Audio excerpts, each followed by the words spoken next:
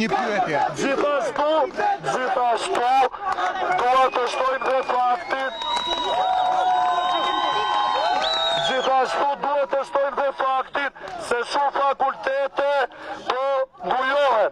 Kemi juridikun, ekonomikun që ka qenë që prej fillimit, arkitektura, mjekësia, bujqësori dhe UPT-ja që janë fakultete dhe universitete që nesër ka premtuar se do e vazhdoj protestën, kështu që nuk mund të rishemi në momentin që kauza tonë ngrihet fuqishëm.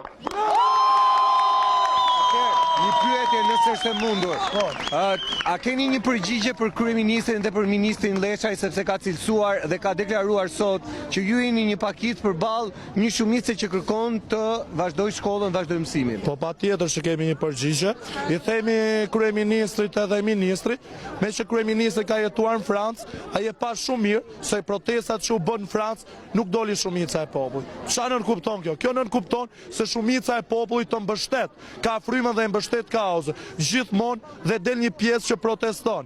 Nëse është fryma, protesta është legjitime, qoftë edhe një personi. Ne kemi bërë anketime, ne kemi bërë sondazhe dhe kemi parë që shumica na mbështet.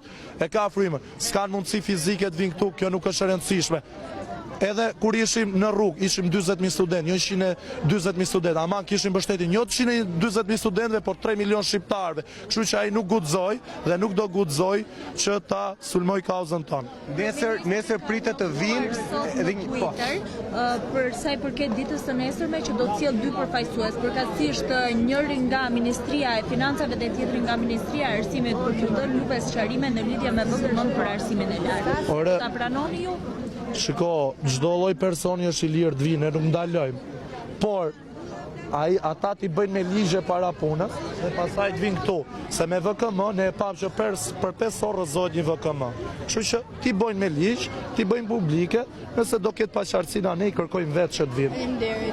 Do ta vazhdoni Plotësimi i plotit 8 pikave, pastaj me elman të ligjit dhe jo me VKM, dhe pastaj çfarë do lloj paqartësisë që tha dhe shoku, ne do kërkojmë sqarime nga organet përkatëse. Me anë të ligjit kërkoni ligj të ri apo kërkoni që ai ligj që është të ndryshojë në atë ligj që është?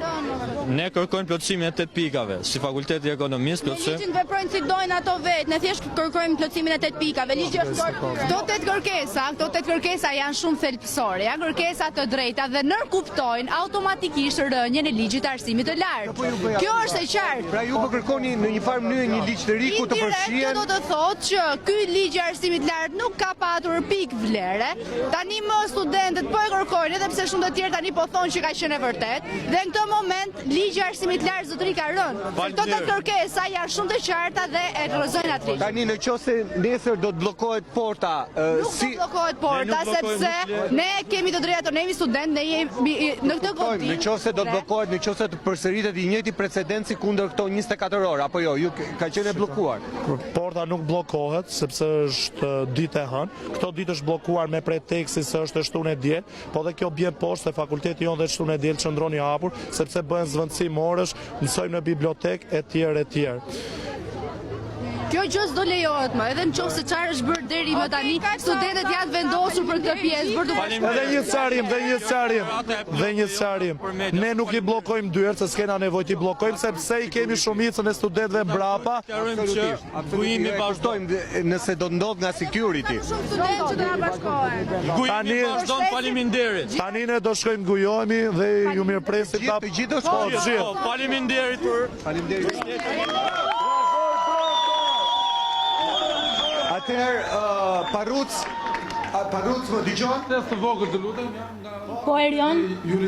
shkencave sociale, ka marrë si mik këtu sot e mbledhja, se janë vetëm tatë ekonomikut, i bëjmë thirrje dhe partive të pozitës dhe të opozitës të mos e kruajnë me studentët duke njëra palë kërkon t'i kap, ndërsa qeveria fut klyshat e saj dhe thotë që këta janë të opozitës. Ne jemi vetëm student dhe jemi për bojkot dhe për ngujim këtu. Okej. Universiteti është shtëpia ëndë, mos guxojnë na prekin me dorë. Faleminderit.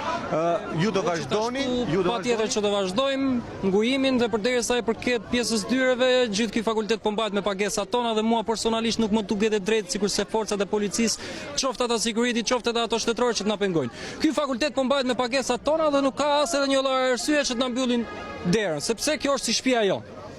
Dhe pikërisht kjo është arsyeja pse duhet që të kemi pse jo edhe mbështetjen e gjithë pedagogëve, senatit apo kush duhet tjetër, pasi ato po shkelin qartësisht të drejtat tona. Faleminderit. Faleminderit. Rrosh, faleminderit.